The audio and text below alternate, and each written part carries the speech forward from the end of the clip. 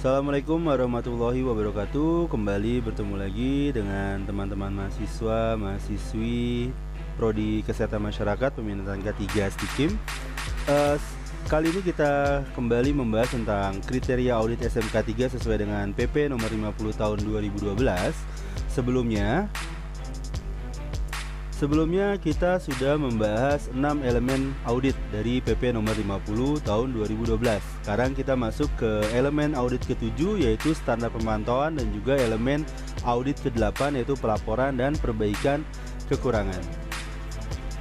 Kita masuk ke elemen audit ke-7, standar pemantauan. Klausul 7.1 pemeriksaan bahaya. Kriteria 7.1.1 pemeriksaan atau inspeksi terhadap tempat kerja dan cara kerja dilaksanakan secara teratur. Nantinya interpretasinya kriteria ini yaitu tempat kerja memiliki prosedur pemeriksaan atau inspeksi. Ada jadwal reguler kegiatan inspeksi yang dibuat. Dapat dilihat pada tabel jadwal atau prosedur inspeksi atau dari hasil laporan inspeksi yang telah dilakukan beberapa waktu sebelumnya. Inspeksi cara kerja dapat mengacu kepada job analisis, dan inspeksi tempat kerja dapat mengacu pada hasil identifikasi bahaya atau HIRA-DC. Nah, untuk klausul 7.1.1 seperti tadi saya sampaikan, tempat kerja harus memiliki prosedur pemeriksaan atau inspeksi. Nah, di beberapa tempat kerja, bahkan mungkin semuanya yang sudah menerapkan SMK 3 ya pasti memiliki prosedur pemeriksaan atau inspeksi, mulai dari inspeksi lingkungan kerja, inspeksi alat kerja, dan lain sebagainya. Kriteria 7.1.2 pemeriksaan atau inspeksi dilaksanakan oleh petugas yang kompeten dan berwenang yang telah memperoleh pelatihan mengenai identifikasi bahaya. Jadi tempat kerja untuk melakukan pekerjaan inspeksi ini harus memiliki petugas yang berkompeten dan berwenang. Inspeksi dilakukan secara bersama oleh wakil pengurus dan wakil tenaga kerja dengan syarat telah mengikuti pelatihan identifikasi potensi bahaya. Buktinya dapat dilihat dari rekaman hasil inspeksi, siapa yang melakukan dan posisinya apa. Misalnya nanti dilakukan inspeksi oleh HSE officer. Nah, berarti HSE officer ini yang ditugaskan untuk melakukan inspeksi sudah memiliki atau sudah diberikan pelatihan dan memiliki kewenangan untuk melakukan inspeksi di tempat kerjanya. Klausul 7.1.3 pemeriksaan atau inspeksi mencari masukan dari tenaga kerja yang melakukan tugas di tempat yang diperiksa. Jadi nanti inspeksi ini selain menginspeksi atau memeriksa kesiapan alatnya, juga mencari masukan dari si pekerja yang ada di tempat kerja itu. Misalnya kita lagi inspeksi alat kerja, nah nanti ditanya, Pak, ada kendala nggak dari alat kerja ini? Atau misalnya lagi inspeksi kotak P3K nih, nanti kita lihat penggunaannya seperti apa. Nah, ada masukan nggak dari si pekerja di area kerja tersebut untuk perbaikan ya jika ada kekurangan di kotak P3K tersebut. Inspeksi bukan hanya mengacu pada checklist, tetapi juga memberi ruang masukan di luar checklist. Dapat dilihat dari catatan inspeksi apakah terdapat masukan dari petugas yang melakukan tugas di tempat yang diperiksa. Ya, misalnya lagi inspeksi alat transportasi, misalnya lagi inspeksi light vehicle yang ada di tempat kerja yang digunakan sebagai kendaraan operasional sehari-hari oleh perusahaan. Nah, siapa tahu ada masukan dari si supirnya ketika kita inspeksi, ternyata wah Pak, kayaknya ban kita harus ganti karena kemarin kita cek atau saya cek dilihat bocor, terus ternyata harus diganti karena bannya udah tipis misalnya. Nah, itu bisa sebagai masukan dari si tenaga kerjanya. Klausul 7.1.4 daftar periksa atau checklist tempat kerja telah disusun untuk digunakan pada saat dilakukannya inspeksi. Jadi pada saat melakukan inspeksi ya kita harus membawa daftar periksa atau checklist. Dokumen berupa checklist inspeksi tempat kerja sesuai dengan kondisi tempat kerjanya. Jadi misalnya kita mau inspeksi area belakang pabrik misalnya, ya kita harus membawa semua form inspeksi yang ada di area tersebut. Jadi jangan kalau misalnya mau memeriksanya area tersebut dan secara umum area tersebut adalah area yang sama dengan area lainnya, inspeksinya bisa daftar inspeksinya atau daftar checklistnya bisa sama. Misalnya mau memeriksa apa ya inspeksinya, form inspeksinya sama, hanya nanti tinggal diberikan keterangan di mana dilakukan inspeksi tersebut. Nah, itu nanti buktinya juga kita harus siapkan untuk diberikan kepada auditor. Nah, makanya harus dilakukan ketentuan berapa sekali nih dalam 1 bulan dilakukan inspeksi di tempat kerja. Klausul 7.15 klausul 7.1.5, laporan pemeriksaan atau inspeksi berisi rekomendasi untuk tindakan perbaikan dan diajukan kepada pengurus dan P2K3 sesuai dengan kebutuhan. Nah, jadi nanti laporan inspeksinya jika ada masukan dari si pekerjanya dibawa ke rapat P2K3, dibawa ke forum yang isinya membahas tentang kinerja K3 di tempat kerja. Nantinya di forum tersebut, di forum P2K3 tersebut bisa diberikan jalan keluarnya atau bisa diberikan masukan, dicari jalan keluarnya bagaimana cara penyelesaian masalah atau bagaimana cara mengakomodir usulan dari si pekerja. Oke. Klausul 7.1.6, pengusaha atau pengurus telah menetapkan penanggung jawab untuk pelaksanaan tindakan perbaikan dari hasil laporan pemeriksaan atau inspeksi yang dilakukan. Jadi ditunjuk PIC-nya siapa. Misalnya PIC-nya adalah dilakukan Departemen HSE, Departemen K3 ya. Berarti nanti PIC-nya adalah personil yang ada di Departemen K3 tersebut. Bisa HSE Inspector, bisa HSE Officer, sesuai dengan yang ada di tempat kerjanya. Klausul 7.1.7, tindakan perbaikan dari hasil laporan pemeriksaan atau inspeksi dipantau untuk menentukan efektivitasnya. Jadi ketika sudah ada form tindakan atau langkah-langkah tindakan perbaikan dari hasil laporan pemeriksaan sebelumnya, langkah-langkah tersebut harus dipantau dan dipastikan keefektivitasannya, apakah sudah efektif atau belum, ataukah kita harus mencari atau menemukan tindakan perbaikan yang baru yang lebih efektif dari tindakan perbaikan yang sudah diusulkan. Klausul 7.2, pemantauan atau pengukuran lingkungan kerja. Klausul 7.2.1, pemantauan pengukuran lingkungan kerja dilaksanakan secara teratur dan hasilnya didokumentasikan, dipelihara, dan digunakan untuk penilaian dan pengendalian risiko.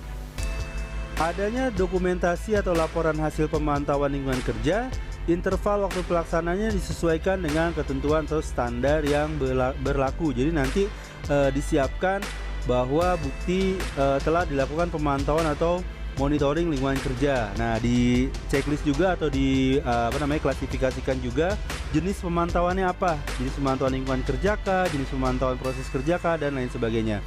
Lalu ada dokumentasinya. Nah, makanya itu ada orang K3 itu perlu membawa istilahnya kamera, baik handphone ataupun kamera digital untuk bukti rekamannya atau bukti gambarnya, dan juga ada laporannya, ada record laporan hasil pemantauan lingkungan kerjanya. Interval waktu pelaksanaannya bisa disesuaikan dengan ketentuan atau standar yang berlaku, misalnya dilakukan selang 3 bulan sekali, 1 bulan sekali, dan lain sebagainya sesuai dengan ketentuan atau standar yang berlaku dan diterapkan di tempat kerja.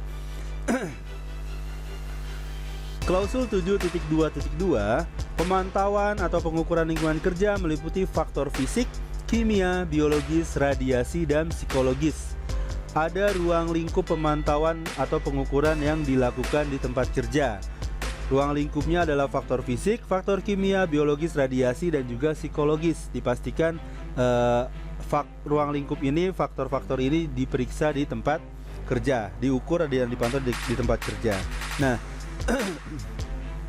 faktor fisik dan faktor kimia yang mengacu pada Permenaker nomor 13 2011 tentang NAB, faktor fisika dan faktor kimia di tempat kerja, dan Kepmenaker nomor 187 tahun 99 tentang pengendalian bahan kimia berbahaya di tempat kerja. Nah, nantinya disiapkan laporan hasil pemantauan monitoring lingkungan kerja, di mana ketentuannya faktor fisik dan faktor kimia itu mengacu ke Permenaker nomor 13 tahun 2011 tentang NAB, faktor fisika dan faktor kimia di tempat kerja.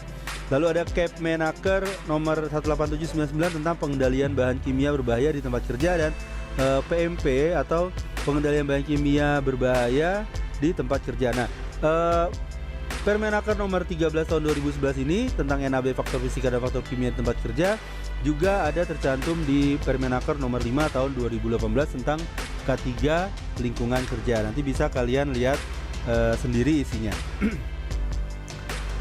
Klausul 7.2.3, pemantauan atau pengukuran lingkungan kerja dilakukan oleh petugas atau pihak yang berkompeten dan berwenang dari dalam dan atau luar perusahaan. Jadi pemantauannya, pengukuran lingkungan kerja, misalnya lingkungan suhu atau temperatur di sekitar area kerja, nah itu harus dilakukan pengukuran. Ini dilakukan oleh petugas atau pihak yang berkompeten. Jika tidak memiliki di dalam perusahaan, kita bisa meminta atau menunjuk vendor atau pihak ketiga untuk melakukan pemantauan tersebut. Bukti kompetensi petugas atau pihak yang berkompeten dan berwenang dari dalam dan atau luar perusahaan sesuai dengan Surat Edaran Dirjen Binwasnaker nomor 1 tahun 2011. Jadi ketika melakukan pengukuran pemantauan lingkungan kerja, kita harus memastikan bahwa operatornya, petugasnya adalah seorang petugas yang berkompeten dan memiliki wewenang baik itu dari internal perusahaan maupun dari pihak luar. Oke, kita masuk ke klausul 7.3, peralatan pemeriksaan atau inspeksi, pengukuran dan pengujian. Klausul 7.3.1, terdapat prosedur yang terdokumentasi mengenai identifikasi, kalibrasi, pemeliharaan dan penyimpanan untuk alat pemeriksaan, ukur dan uji mengenai K3. Interpretasinya ialah terdapat prosedur tertulis berkaitan dengan identifikasi, kalibrasi, pemeliharaan, dan penyimpanan terhadap alat ukur, misalnya noise meter, lux meter, gas detektor, dan lain sebagainya. Dan bila alat-alat disediakan dari pihak luar, maka penyedia atau supplier atau kontraktor tersebut atau vendor harus dapat menunjukkan hasil pengujiannya. Hal ini dapat diidentifikasi pada saat tahap kontrak dan pembelian jasa yang bersangkutan. Jadi harus ada bukti kalibrasi alat yang digunakan untuk pengukuran dan pemeriksaan lingkungan kerja tersebut. Kalau tidak terkalibrasi ya berarti hasilnya nanti tidak valid dan tidak reliable. Jadi harus memiliki alat untuk melakukan pengukuran dan pemantauan lingkungan kerja yang sudah terkalibrasi dan dibuktikan data lembaran atau misalnya bukti dari kalibrasi alat ukur tersebut. Kriteria 7.3.2, alat dipelihara dan dikalibrasi oleh petugas atau pihak yang berkompeten dan berwenang dari dalam dan atau luar perusahaan. Nah, sama dengan klausul 7.2.3, yaitu pemantauan pengukuran lingkungan kerja dilakukan oleh petugas atau pihak yang berkompeten, sama juga. Untuk alatnya dipelihara dan dikalibrasi oleh petugas atau pihak yang berkompeten. Nah, misalnya kita memiliki alat gas detektor. Nah, itu harus diperhatikan tanggal berapa atau durasi kita wajib melakukan kalibrasi ulang, karena suatu alat tidak mungkin selama-lamanya menunjukkan angka yang valid. Kita wajib melakukan kalibrasi untuk di lingkungan kerja. Kita wajib melakukan kalibrasi. Apa gunanya kalibrasi? Yaitu untuk menjaga bahwa hasil pengukuran yang kita lakukan itu hasilnya atau nilainya valid dan bisa digunakan di tempat kerja. Kalau misalnya nggak valid, nanti hasil pengukurannya akan berbeda. Kalau hasil pengukurannya berbeda, ya pasti nanti penerapannya atau pendekatan untuk pengendaliannya juga pasti akan berbeda, karena angkanya tidak valid, terus tidak menunjukkan angka sesuainya. Bisa jadi nanti langkah yang diambil akan menimbulkan kekeliruan atau kesalahan. Oke, kita masuk ke kriteria 7.4, pemantauan kesehatan.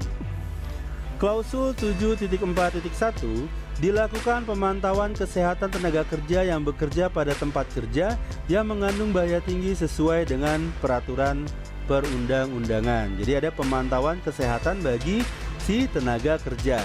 Ada kegiatan dan dokumentasinya, yaitu bisa daftar, jadwal, SOP, rekaman pemeriksaan kesehatan dan lain sebagainya mengenai kegiatan pemantauan kesehatan tenaga kerja, terutama pemeriksaan kesehatan khusus, misalnya seperti pengecekan darah untuk melihat kontaminasi kadar bahan kimia, lalu pemeriksaan audiometri untuk kebisingan, misalnya lagi ronsen untuk penyakit saluran pernafasan dan lain sebagainya. Ya, jadi nanti disiapkan daftar pekerjaan yang potensinya bahayanya tinggi, yang potensi bahayanya tinggi, merefer kepada manajemen risiko, merujuk kepada manajemen risiko yang sudah dibuat di tempat kerja. Lalu kita siapkan bukti telah dilakukan pemantauan kesehatan tenaga kerja yang bekerja pada tempat kerja yang mengandung bahaya tinggi sesuai dengan peraturan perundang-undangan. Misalnya dia bekerja di confined space, bekerja di lingkungan yang bising, bekerja di lingkungan kerja yang banyak debu dan lain sebagainya. Dan ada kegiatan dan dokumentasinya, misalnya daftar, jadwal tadi ya, SOP, terus rekaman pemeriksaan kesehatan, lalu pemeriksaan kesehatan khusus seperti misalnya pengecekan darah, audiometri dan ronsen untuk melihat efek kesehatan yang diterima di tempat kerja. Klausul 7.4.2, pengusaha atau pengurus telah melaksanakan identifikasi keadaan di mana pemeriksaan kesehatan tenaga kerja perlu dilakukan dan telah melaksanakan sistem untuk membantu pemeriksaan ini. Nanti yang ditunjukkan ialah hasil identifikasi dalam bentuk daftar program pemeriksaan kesehatan pekerja yang dilakukan dan tata cara atau prosedur untuk pemeriksaan kesehatan tenaga kerja. Nah, itu yang nanti akan kita tunjukkan kepada si auditornya. Hasil identifikasinya ya, hasil identifikasi yang dalam bentuk daftar program pemeriksaan kesehatan pekerja. Nah, yang dilakukan oleh perusahaan dan juga tata cara untuk atau prosedur untuk pemeriksaan kesehatan tenaga kerjanya. Klausul 7.4.3, pemeriksaan kesehatan tenaga kerja dilakukan oleh dokter pemeriksa yang ditunjuk sesuai peraturan perundang-undangan yang berlaku. Jadi pemeriksaan kesehatan ini dilakukan oleh dokter pemeriksa yang sudah ditunjuk, dokter kesehatan kerja. Pemeriksaan kesehatan tenaga kerja dilakukan oleh dokter perusahaan yang sesuai dengan ketentuan Permenaker nomor 1 tahun 76 tentang kewajiban latihan hiperkes bagi dokter perusahaan dan mendapatkan surat penunjukan dari Direktur Jenderal Pembinaan Pengawasan Ketenagakerjaan sebagaimana pasal 8 Undang-Undang nomor 1 tahun 70 tentang keselamatan kerja. Nah, apabila perusahaan tidak memiliki dokter perusahaan, maka nantinya yang bisa ditunjukkan adalah MOU, misalnya kesepakatan antara perusahaan dengan rumah sakit atau dengan dokter yang spesialis untuk kesehatan kerja atau dokter okupasi. Nah, kalau misalnya punya dokter sendiri lebih bagus. Jadi misalnya perusahaan kita memiliki dokter perusahaan sendiri yang memang mengurusi kesehatan pekerjanya, nah itu lebih bagus. Tapi kalau misalnya tidak ada, karena tidak semua perusahaan memiliki dokter perusahaan, bisa ditunjukkan MOU atau dokumen bahwa kita bekerja sama untuk pemeriksaan kesehatan, bekerja sama dengan fasilitas kesehatan atau rumah sakit atau langsung ke dokter yang bersangkutan. Klausul 7.4.4, perusahaan menyediakan pelayanan kesehatan kerja sesuai dengan peraturan perundang-undangan. Jadi pelayanan kesehatan kerja ini juga harus disiapkan oleh si pengurus atau pengusaha. Detail pelayanan kesehatan diberikan mengacu pada Permenaker nomor 3 tahun 1982. Nanti kalian bisa buka di Permenaker nomor 3 /Men/1982. Pelayanan kesehatan tenaga kerja ini bisa ada dua macam, yaitu bisa dilakukan sendiri, artinya perusahaan memiliki poliklinik sendiri atau fasilitas kesehatan sendiri yang dimana di dalamnya ada dokter perusahaan, ada paramedik dan lain sebagainya, atau bisa jasa pihak ketiga atau pihak kedua, yaitu rumah sakit, klinik dan lain sebagainya yang sudah ditunjuk, yang sudah bekerja sama. Nanti tinggal ditunjukkan bahwa kita sudah bekerja sama dengan rumah sakit ini Pak, gitu, ke auditornya. Oke, lalu kita lanjut lagi ke klausul 7.4.5. Catatan mengenai pemantauan kesehatan tenaga kerja dibuat sesuai dengan peraturan perundang-undangan. Jadi kita harus memiliki catatan mengenai pemantauan kesehatan tenaga kerja yang dilakukan di tempat kerja kita. Diwajibkan untuk memberikan pelaporan setiap aktivitas pemeriksaan kesehatan tenaga kerja atau rekam medis atau rekap medis yang mengacu pada Permenaker nomor 2 /Men/1980. Nah, nanti disiapkan laporannya untuk ditunjukkan kepada auditor sebagai salah satu penilaian dari penerapan SMK 3 di tempat kita sesuai dengan PP nomor 50 tahun 2012. Kita masuk ke elemen audit ke-8, yaitu pelaporan dan perbaikan kekurangan. Klausul 8.1, pelaporan bahaya. Kriteria 8.1.1 terdapat prosedur pelaporan bahaya yang berhubungan dengan K3 dan prosedur ini diketahui oleh tenaga kerja di tempat kerja kita. Nantinya disiapkan, perusahaan menyiapkan prosedur pelaporan bahaya karena kalau misalnya kita mengandalkan HSE officer, kita mengandalkan HSE inspektor atau departemen HSE sendiri, maka mungkin ada beberapa bahaya yang miss. Oleh karena itu perlu adanya keterlibatan atau dukungan dari semua pihak, yang dimana dukungan tersebut bisa saja dalam bentuk melaporkan bahaya yang ada di tempat kerja yang mungkin terlewat oleh departemen K3 atau departemen HSE-nya. Perusahaan mempunyai prosedur pelaporan sumber bahaya dan tenaga kerja mengetahui cara pelaporannya. Dokumennya bisa berupa prosedur pelaporan, formulir pelaporan bahaya atau ketidaksesuaian. Jadi stop card misalnya, contohnya misalnya stop card di tempat kerja, atau misalnya ya itu tadi ya BBS card dan lain sebagainya, itu bisa digunakan sebagai prosedur pelaporan bahaya di tempat kerja. Klausul 8.2 pelaporan kecelakaan. Klausul atau kriteria 8.2.1 terdapat prosedur terdokumentasi yang menjamin bahwa semua kecelakaan kerja, penyakit akibat kerja, kebakaran atau peledakan serta kejadian berbahaya lainnya dicatat dan dilaporkan sesuai dengan peraturan perundang-undangan. Disiapkan kembali atau dibuat kembali prosedur tentang pelaporan kecelakaan. Dokumen berupa prosedur tata cara pelaporan kecelakaan dan PAK mengacu pada Permenaker nomor 3 tahun 1998. Nanti bisa kembali kalian download, kalian cari tentang Permenaker nomor 3 tahun 1998 tentang tata cara pelaporan kecelakaan kerja dan juga PAK di tempat kerja. Jadi perusahaan harus memiliki prosedur, lalu harus memiliki form untuk pengisian pelaporan kecelakaan tersebut. Karena setiap kejadian kecelakaan kerja, kejadian insiden dan juga adanya keluhan pelaporan PAK harus dilaporkan, harus dibuat laporan dan harus dilaporkan kepada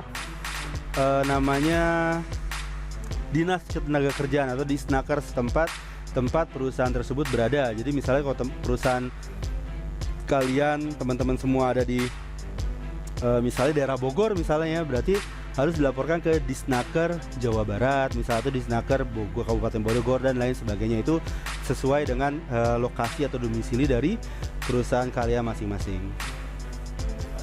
Oke, klausul atau kriteria 8.3 pemeriksaan dan pengkajian kecelakaan. Klausul 8.3.1 terdapat tempat kerja atau perusahaan mempunyai prosedur pemeriksaan dan pengkajian kecelakaan kerja dan penyakit akibat kerja. Jadi tadi selain kita siapkan prosedur pelaporan kecelakaan atau keluhan PAK, siapkan juga atau buat juga prosedur pemeriksaan dan pengkajian kecelakaan kerja dan penyakit akibat kerja. Dokumennya sama dengan kriteria 8.2.1 di mana dapat disajikan satu prosedur, yaitu pelaporan dan penyelidikan. Jadi bisa jadi ini adalah kita buat untuk dua klausul dalam satu prosedur. Nah, jadi nanti ada checklistnya atau disiapkan juga, yaitu prosedur pemeriksaan dan pelaporan kecelakaan dan PAK. Lalu ada formulir atau checklist untuk pemeriksaan, ini merefer kepada Permenaker nomor 3 tahun 1998 untuk laporan kecelakaan, dan Kepres tentang diagnosa PAK untuk laporan dokter pemeriksa kesehatan tenaga kerja. Klausul 8.3.2 pemeriksaan dan pengkajian kecelakaan kerja dilakukan oleh petugas atau ahli K3 yang telah ditunjuk sesuai dengan peraturan perundangan atau pihak lain yang berkompeten dan berwenang. Interpretasinya ialah perusahaan telah menetapkan personil perusahaan yang akan melakukan penyelidikan kecelakaan kerja, dan kompetensi petugas dapat dilihat pada pelatihan atau sertifikat pelatihan yang dimiliki. Jadi untuk melakukan suatu inspeksi kecelakaan kerja atau keluhan PAK harus dilakukan oleh petugas atau staf yang sudah mengikuti pelatihan untuk incident investigation. Nah, jika tidak ada petugas tersebut, jika tidak ada pekerja yang sudah mengikuti pelatihan incident investigation, ya nantinya bisa meminta bantuan dari pihak lain, tentunya dengan beberapa kontrak kerja. Tapi bagusnya ialah dilakukan oleh si staf perusahaan atau pekerja di perusahaan yang sudah memiliki sertifikat dan pernah mengikuti pelatihan tentang investigasi kecelakaan kerja. Karena investigasi kecelakaan kerja ini adalah suatu tahap atau proses yang sistematis, yang dimana tidak semua orang bisa melakukan inspeksi kecelakaan kerja, karena takutnya nanti hasilnya subjektivitas. Artinya yang pada ujungnya nanti kita tidak bisa mendapatkan root cause-nya atau akar penyebab masalahnya karena analisanya yang kurang mendalam misalnya, dan lain sebagainya. Jadi harus dilakukan oleh petugas atau staf yang sudah berkompeten dan sudah memiliki sertifikat dan juga pelatihan tentang investigasi kecelakaan kerja. Klausul 8.3.3, laporan pemeriksaan dan pengkajian berisi tentang sebab dan akibat serta rekomendasi atau saran dan jadwal waktu pelaksanaan usaha perbaikan. Lihat dan cek pada dokumen laporan kecelakaan yang ada di tempat kerja selama ini, apakah sudah tertera saran dan jadwal perbaikannya. Jadi di dalam formnya, di dalam form inspeksinya, kita harus mencantumkan kolom untuk saran dan jadwal perbaikannya. Misalnya ada kecelakaan orang terpeleset misalnya di area pabrik, yang dimana disebabkan oleh adanya tumpahan oli atau tetesan oli yang ada di lantai. Nah, nantinya ada kolom saran misalnya selalu perhatikan kebersihan di tempat kerja, selalu perhatikan housekeeping yang baik di tempat kerja misalnya. Lalu ada jadwal perbaikannya, misalnya belum ada nih ternyata simulasi aturan atau sosialisasi tentang housekeeping yang baik di tempat kerja misalnya. Nah, itu ditaruh di jadwal di jadwal perbaikannya, akan dilakukan pelatihan atau sosialisasi tentang housekeeping yang baik di tempat kerja dalam waktu 1 minggu ke depan. Nah, itu nanti dijelaskan di kolom tersebut. Klausul 8.3.4, penanggung jawab untuk pelaksanaan tindakan perbaikan atas laporan, pemeriksaan dan pengkajian telah ditetapkan. Sekali lagi harus ada PIC-nya. Lihat pada dokumen laporan kecelakaan siapa penanggung jawab tindakan perbaikan tersebut.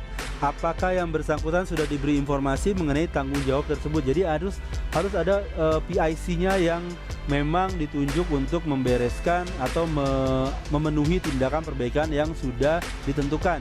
Jadi dan orang itu tersebut juga harus tahu gitu, nggak boleh tiba-tiba kita cantumkan nama orang tapi orang nggak kita beritahu terus kita tagih, nah nanti dia bingung sendiri. Jadi semua informasi yang berkaitan dengan pelaporan kecelakaan kerja harus diberitahukan kepada PIC-nya masing-masing atau orang yang sudah ditunjuk.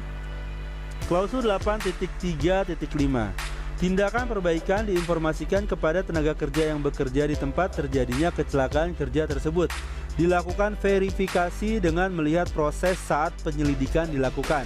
Apakah melibatkan tenaga kerja saat mengumpulkan informasi atau saat mendiskusikan tindakan perbaikan yang akan dilakukan. Kita lakukan cross check dengan pekerja yang terkait atau sertakan tanda tangan pekerja. Jadi sebagai bukti bahwa kita sudah melakukan atau menginformasikan kepada seluruh tenaga kerja yang ada di tempat area kecelakaan kerja tersebut. Klausul 8.3.6, pelaksanaan tindakan perbaikan dipantau, didokumentasikan dan atau diinformasikan ke seluruh tenaga kerja. Artinya perusahaan melakukan verifikasi terhadap tindakan perbaikan yang diusulkan dalam laporan kecelakaan. Bentuknya dapat berupa misalnya status laporan yang close, yang sudah selesai, atau paraf pada tindakan perbaikan yang sudah selesai. Jadi nanti dicantumkan beberapa, misalnya ada 5 tindakan perbaikan yang harus dilakukan, yaitu nanti dicantumkan, nanti di checklist atau di paraf di tempat tindakan perbaikan yang sudah dilakukan. Klausul 8.4, penanganan masalah. Kriteria 8.4.1, terdapat prosedur untuk menangani masalah K3 yang timbul dan sesuai dengan peraturan perundang-undangan yang berlaku. Jadinya nantinya akan memiliki prosedur penanganan masalah K3 di tempat kerja. Jadi nanti disiapkan, perusahaan harus ada prosedur penyampaian masalah-masalah K3 di tempat kerja. Masalah K3 yang tempat kerja ini dapat berupa hal-hal seperti misalnya lingkungan kerja yang kurang aman. Nah, itu bisa dimasukkan ke dalam prosedur tersebut. Lalu misalnya cara kerja yang tidak aman misalnya. Lalu kesehatan dalam bekerja atau keluhan-keluhan lainnya yang didapat di tempat kerja atau yang diberikan oleh si pekerja di tempat kerja tersebut. Baik, sampai di sini dulu untuk pertemuan kita hari ini untuk ke sesi ke-10. Seperti biasa nanti video pembelajaran ini atau materi video materi ini akan saya share lagi via YouTube, dan untuk diskusi dan lain sebagainya bisa kita lakukan di grup WhatsApp ataupun di Google Classroom. Nanti infonya atau linknya akan saya berikan di grup atau kepada si pennya. Terima kasih atas perhatiannya. Akhir kata, assalamualaikum warahmatullahi wabarakatuh.